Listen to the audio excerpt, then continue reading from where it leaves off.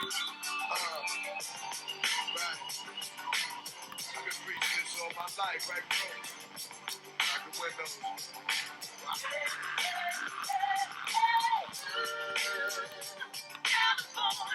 Watch out.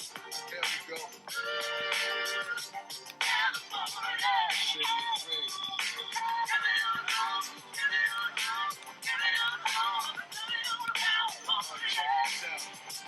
City of 80. All right, enough of that. Welcome to another edition of Harry Fling Wrestling. I'm your host, Harry Fling, and judging by the music you just heard, I think you know what you're in store for today. I'm going to be rewriting Wrestlemania 2000. And no, we're not talking about this little gem right here. This is the acclaimed video game for N64, rated T for teen. And, wow. We got this November 99, and I've been playing it ever since. And obviously I've been keeping up with the 2K stuff. I want to get 2K25 eventually, but not really in a rush to get that right now. But anyways, that's kind of getting off the point. WrestleMania 2000. Wow, do I remember the hype going into this one. I was 11 years old in 2000, and you know, we had the whole Y2K scare the year before, and that turned out to be one big scam. Nothing happened really. Just, the foresight and scaring people in the beginning that all the computers are going to explode. And basically everything was renamed 2000 just because it was the year. We were entering this new millennium, and there was just a lot of fanfare and hullabaloo surrounding it. All we were doing was entering a new decade, century, but it was a bigger, because, not in the 1900s anymore, let alone the 90s. So as a result of all that, all this jargon I'm going on and on about, WWF at the time decided to change the name WrestleMania 16. Chronologically, it's their 16th WrestleMania to WrestleMania 2000, and here we are talking about it. As a kid, I actually enjoyed this event. It's not a critically acclaimed event because the main event had some criticisms, which we'll get into in just a little bit. And there wasn't even a single match on the card, maybe save for that women's match between the Cat and Terry Runnels, which really didn't amount to anything, unfortunately. Mostly tag matches, triple threat matches, Fatal 4-Way, of course, was the main event, and Stone Cold was out with a neck injury. Remember the SummerSlam 97, which I just got done watching, ironically. Owen Hart botched a tombstone pile driver, which caused Austin's neck to fuse, and it broke, obviously. And I remember in his documentary, he mentioned the first thought going through my head when I broke my neck was Christopher Reeve, because Christopher Reeve, Superman, fell off a horse and became quadriplegic as a result, up until he passed away. So anyways, Stone Cold needed that surgery. He put it off for so long. He didn't rehabilitate in the first place as he should have, and maybe he wouldn't have had so much pain. Well, I mean, this is the height of, Stone Cold's career here, 98, 99. He was the man on top carrying the Attitude Era. But with him out of the picture now, on hiatus, it was time for The Rock to shine. One Dwayne Johnson. Because I'm a wrestling fan, he'll always be The Rock to me. That's the greatest he's ever gotten in his career. He continues to be great. But, if you're a fan, you're not a wrestling fan and you love movies. I love movies too, but because I knew this guy from wrestling, he'll always be The Rock to me. I won't go out of my way to call him Dwayne Johnson. Movie buffs can do that because now that's, he's used his real name on the movie scene. So, anyways, let's get into the event, shall we? So here we are, April 2nd, 2000, Anaheim, California at the Arrowhead Pond, and that's where WrestleMania 12 was. So it's a lot of matches I actually decided to keep the same, but maybe have different outcomes, which we'll get into. And there's a few matches I'd switch up, and here we go. So the main event, a lot of people wanted The Rock versus Triple H in a singles match. I actually did not mind the whole concept of the Fatal 4-Way elimination match. I actually was intrigued by that as an 11-year-old. And remember, I was a young, impressionable kid there, so I didn't know the ins and outs of the business or what was best for business as far as from a booking standpoint is concerned. As far as that goes, 11-year-olds don't think like that. So you have to remember my mindset was much different, as it probably was when we were talking about in the last video, WrestleMania 13. So Triple H, as the champion, will go into this event and challenge and defend his title against the challengers, The Rock, Big Show, and Mick Foley. And I actually liked a McMahon in every corner. It all just kind of clicked at that time period. You had this guy, Chris Kresge, writing the shows after Vince Russo left for WCW. Chris Kresge was famous for using what they called storyboards, and he actually had, graphically, he had a stand-up board with different storylines cut and pasted to it, and everything would have a chronological ebb and flow, so to speak. And I think that's what made the writing great. And then eventually I think he was released from his post in the fall of 2000, and then that's when Stephanie McMahon took over. And a lot of longtime fans can tell you that that's when they felt the product was starting to decline, the fall of 2000, which at that time I still liked wrestling. Well, I always have. I still felt engaged enough as a fan, didn't think the product was all that bad, so to speak. But that's another story, again, for another day. But yes, I did enjoy a McMahon in every corner. You'll have Stephanie McMahon Helmsley with her husband, obviously. Vince McMahon in The Rock's corner. Vince was a babyface coming off leaving the WWF temporarily out of disappointment for his daughter marrying the man he hated the most at the time, Triple H, and obviously hated his son-in-law, kayfabe. Then we had the Big Show, managed by Shane McMahon, trying to screw The Rock a month prior at No Way Out, which he was successful in so doing. But then The Rock won a match to make this a triple threat match. So this is where we add another caveat here in the form of Mick Foley, accompanied by Linda McMahon. Linda was, I guess, the real caveat here, but she wanted to give Foley his last shot at main eventing WrestleMania, despite the fact he said he would end his career at No Way Out just 6 weeks prior, I believe. So, here we are. I would have had this match play out much differently than what you saw on the pay-per-view that night. It wasn't a terrible match. I'd probably give it 4 stars at the time. But the outcome certainly shouldn't have been Triple H walking out the world title. I know it was the first time they did that with a heel walking out as champion. And a lot of times over the years, it's not been a well-received outcome. And maybe that's okay. Maybe I don't think the fans are ready to embrace that kind of outcome yet. And also, if you think about it, The Rock, he's main evented what? How many WrestleManias as I'm counting here? 15, 2000, 17. He didn't wrestle again until 2011.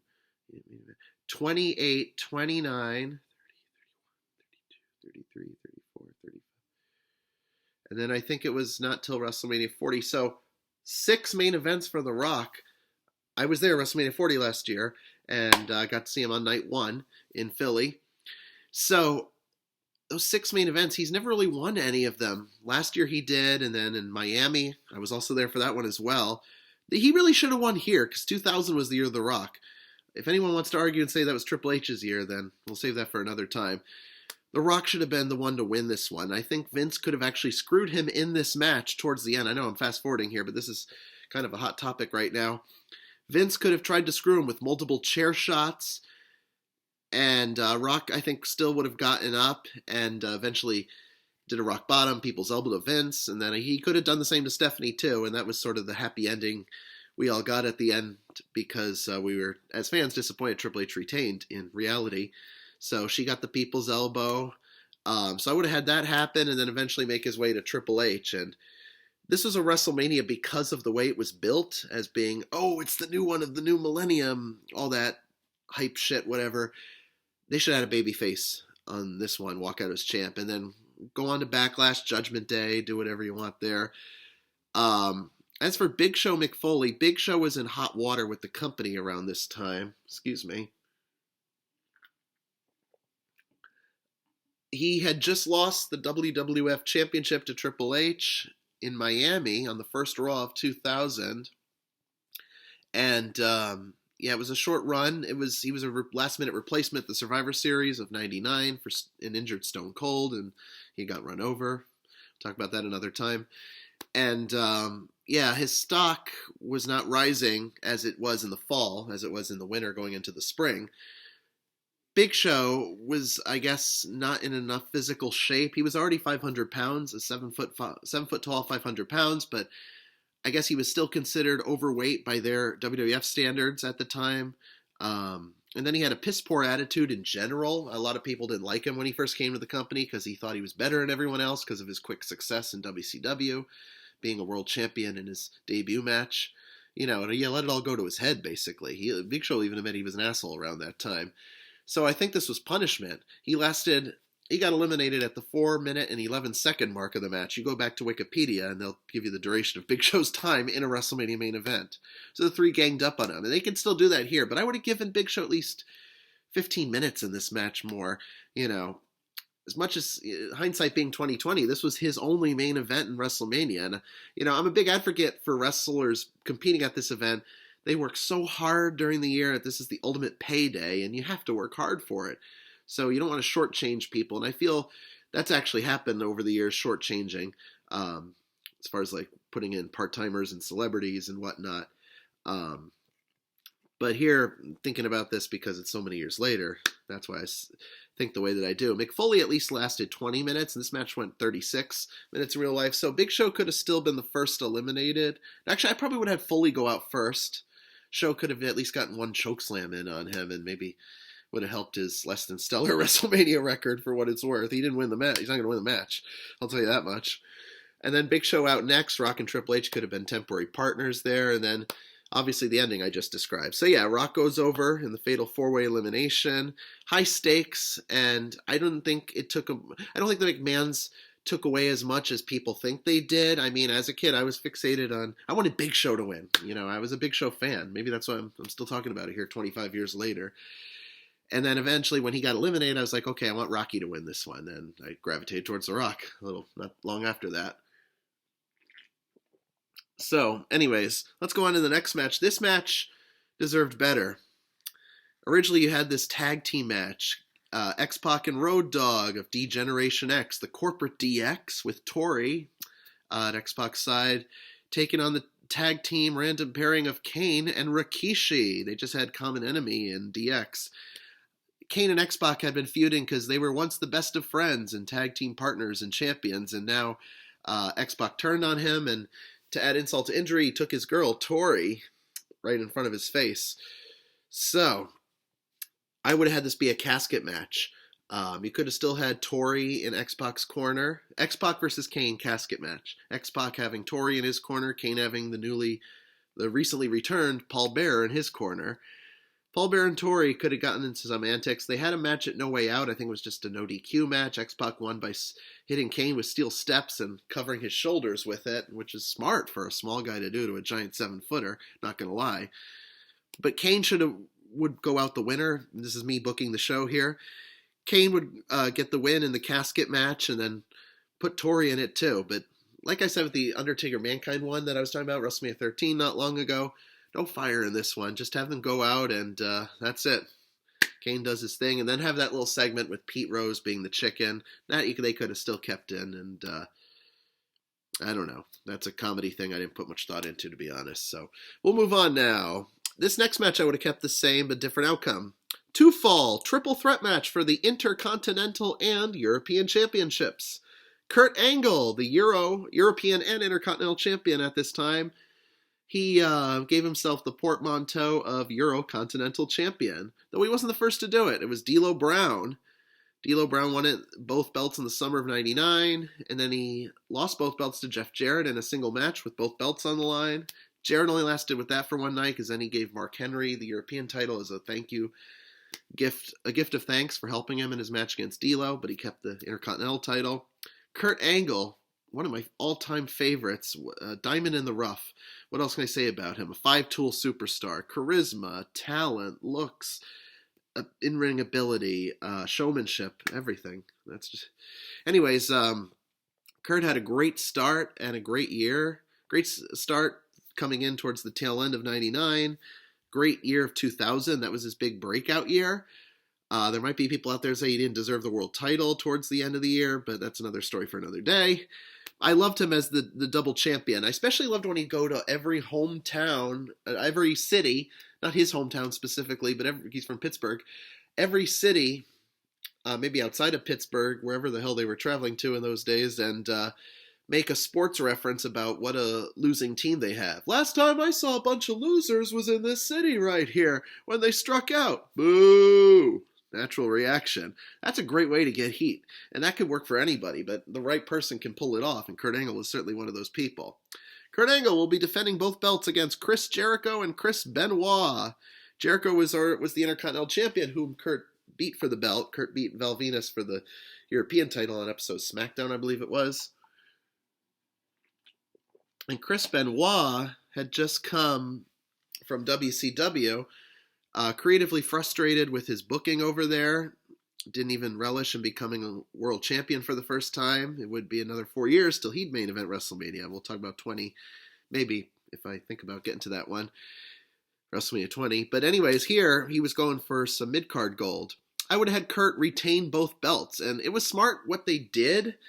Wasn't the worst outcome. So they had Benoit. So here's how it worked in real life.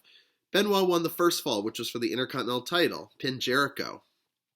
Jericho won the second fall, which was for the European title, and pinned Benoit. Angle was not pinned for either belt. And that made Angle look strong, because he wasn't actually, the guy, he wasn't actually like the weak link, for lack of a better term. If you're the guy, if you're the guy who's getting pinned, physically you have your shoulders down, doesn't necessarily make anybody look weak, but if they're being jobbed out, it's certainly not good as far as building up their stock goes. But they wanted to keep Kurt looking strong so he wasn't losing matches in the more conventional sense of the word. So this was a technicality, if you want to call it that. I'm not going to get into getting fancy with the words here. But anyways, I would have had Kurt somehow furtively, surreptitiously retain both those belts and then have a match with Jericho the next night on Raw, and then Jericho could have that one-day reign, lose to Eddie. We're going to get to Eddie in a little bit. Now, as for Benoit, what would Angle do with the Intercontinental title? I think there'd have to be another triple threat scenario. Maybe they'd have to, the next week they'd do a match on Raw with Jericho in it and have the outcome that they had in real life. So that's probably how they do it. I want to keep Angle winning at Mania. I mean, his record is like 5-4, so he could do a little bit better than what reality tells you, but this is one man's point of view, so take it as such. Next match would have kept the same. Don't need to go into too much detail because it's been talked about ad nauseum. The World Tag Team Championship Triangle Ladder Match. The Dudley Boys defending against the Hardy Boys and Edge and Christian. Edge and Christian are my favorite tag team of all time. Though they were heels, they acted so goofy that they were almost babyface-ish. It was too hard to hate them. It really was. Unless they did something dastardly, like the night Foley got fired as commissioner and they were ordered by Mr. McMahon to take him out with a concerto. So when needed, they got to act more heelish. But here, oh my God, goofy sunglasses, the hats, and the jokes, the 5-second pose. And not to mention, let alone the fact that they're so great in the ring individually and the marvelous career Edge had, and then Christian was a little bit more of a struggle because he wasn't pegged by Vince to be a world champion later on, but that's later. This is when they're starting out in their careers. That's later on down the timeline. So Edge and Christian definitely would have had them still win. All this match was perfect, and it gets a little bit more praise than the match I actually loved so much better at SummerSlam 2000, which was TLC 1. The exact same participants and the exact same outcome, though Edge and Christian retained the belts because they walked in as champions, versus here the Dudleys walk in as champs. Hardy Boys didn't get anything. So anyways, I would have kept that match exactly as it is, untouched, and it gets a lot of praise because it's the first time anyone's seen 2 out of these 3 iconic elements be used in a singular match, let alone with 3 tag teams. I don't think tag titles, besides the Hardys, Edge and Christian, No Mercy 99, those weren't tag titles, but that was the only time tag teams had been featured in a ladder match prior to this match. So you had the tables and ladders, but the chairs hadn't made their way into this foray yet. They'd make their way in come SummerSlam, so great stuff there. Now this next match didn't actually happen, but it should have, because it was a 6-man tag with the Radicals, Eddie Guerrero, Dean Malenko, Perry Saturn. They lost to Too Cool, Scotty Too Hottie, and Grandmaster Sexay, and Chyna. I would have had Chyna versus Eddie Guerrero in a singles match, and Chyna was mixing up with the guys at the time in the ring. She was physically strong enough to hang with the men from a physical point of view, physical sense. I guess they didn't feel the other women were quite there, or maybe it was because they didn't want to get hurt or something. I don't know. I wasn't involved at the time, but China was kind of the lone exception here because of her size alone and strength. So, anyways, China versus Eddie Guerrero. I would have had Eddie sneakily win this one with a roll up or something, and eventually, yes, I would have had them. I like their relationship. I was feeling bad for China because she was still with Triple H off camera. This was the year that I think he left her for Steph, and boy, that was an ugly situation, especially for China. Poor gal, and the self-destructive path she went down after that.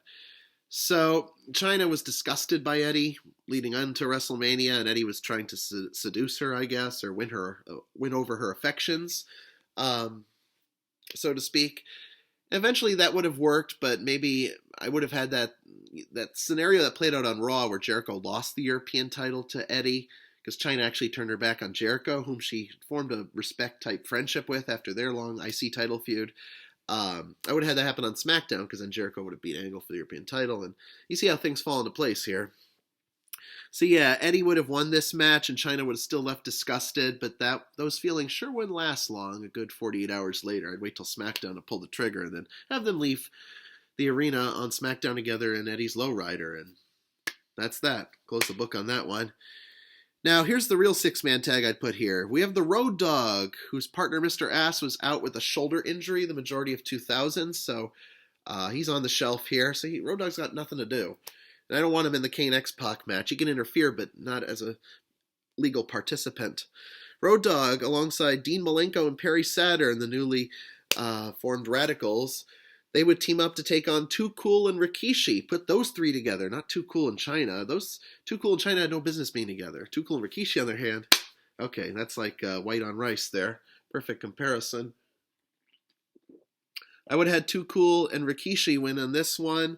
Then they do their little dance shtick, and that's it.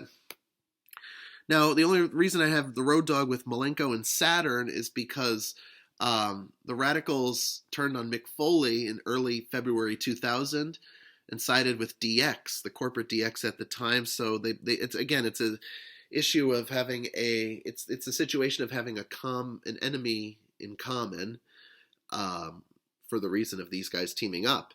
So I'd have that happen, and let's see. Yeah, and then they'd probably not do much with those three afterwards. So Too Cool and Rikishi would at least win tag titles and Intercontinental titles down the road. So there you go. Next match for the WWF Women's Championship. Guest referee Val Venus.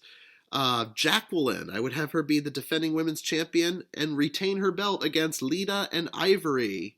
Lita was actually very green at this time, believe it or not, but she was so over when she was with the Hardys. That wouldn't come till later on in 2000. This time she was with S.A. Rios, and S.A. Rios, you'll remember him as Aguila at first, and then he became Papi Chulo. There was a story I heard that he refused to learn how to speak English, and he had he didn't speak English at all, I think, so he only spoke Spanish, and he always had someone with him to translate. So not everybody spoke the language, and him and Lita were a great pairing. They both had long red hair. They both were strong in the lucha libre culture. They were both very well versed in the style of wrestling. Lita soared to greater heights. I guess she had more charisma, and while he was great in the ring, he couldn't carry himself as far as a personality went. S.A. Rios, that is. So as much as I loved him, I just knew he kind of had a shelf life to him after being light heavyweight champion. Jacqueline here, this story always gets me. She got screwed out of WrestleMania 2000 because she lost the women's title about a week prior on SmackDown to one Stephanie McMahon Helmsley in a match that always makes me cringe if I have to go back and watch it. So I don't go back and watch it for pure enjoyment, just because why would you give the belt to Stephanie McMahon Helmsley? It's the boss's daughter, and I get that her and Triple H were demonstrating their dominance over the company with walking out with both world titles for the men and women respectively. But yeah, we needed a better match than the Cat and Terry and the cat fight. That was very insulting. Not just the name, but the fact that the Cat and Terry match, that the object of the match was throw your opponent out of the ring, and no count out rule even, no 10-second count. So here, have a nice triple threat match. Val Venus would have inserted himself because he's a so-called ladies' man, and yeah, he could still wear the referee towel, whatever the hell he wants to do, and call it down the middle. So I'd have Jackie win this one. Ivory, it was just kind of floating or floundering around here. And three of them, well, Jackie and Lita had some women's title matches, as did Ivory and Jackie. So I wouldn't have minded, actually, if the next night they could have done the whole Stephanie winning the women's title the night after WrestleMania, just to give Jackie a WrestleMania match. She got to accompany the APA the next year down the aisle, APA and Taz in their match against Right to Censor, WrestleMania 17. She guest refereed a match on Sunday Night Heat, WrestleMania 18, and I think that's the extent of her at Mania. It's kind of sad. She's such a great talent and trailblazer, too. I love Jackie Moore. Next match. This one would have been relatively the same. You can kind of write your own match in this one. The 15-man, 15-minute Hardcore Championship Battle Royal. Crash Holly defending against Hardcore Holly versus Taz versus Bradshaw versus Farouk versus Mosh versus Thrasher versus Rodney versus Pete Gas versus Joey Abs versus Taka Michinoku versus Funaki versus Viscera.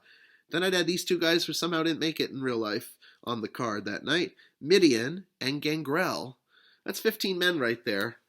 And I just thought just the two numbers together make this make sense. Hardcore title, 24/7 rule. You know how that went. I'd still have Hardcore Holly the winner, because what happened in real life was the timing was off. The ref started to count. Bob Holly came in with the glass jar of candy, which he crashed over his storyline kayfabe cousin's head. Cling! Crashed the candy jar. Then he went for the pin. 1, 2, and the ref's like, shit, I screwed up. Didn't even hit the mat to make the official 3 count. The bell rings. Ding, ding, ding. Howard Finkel, the ring announcer, is so confused. The winner and new Hardcore champion, Hardcore Holly? And then his music plays.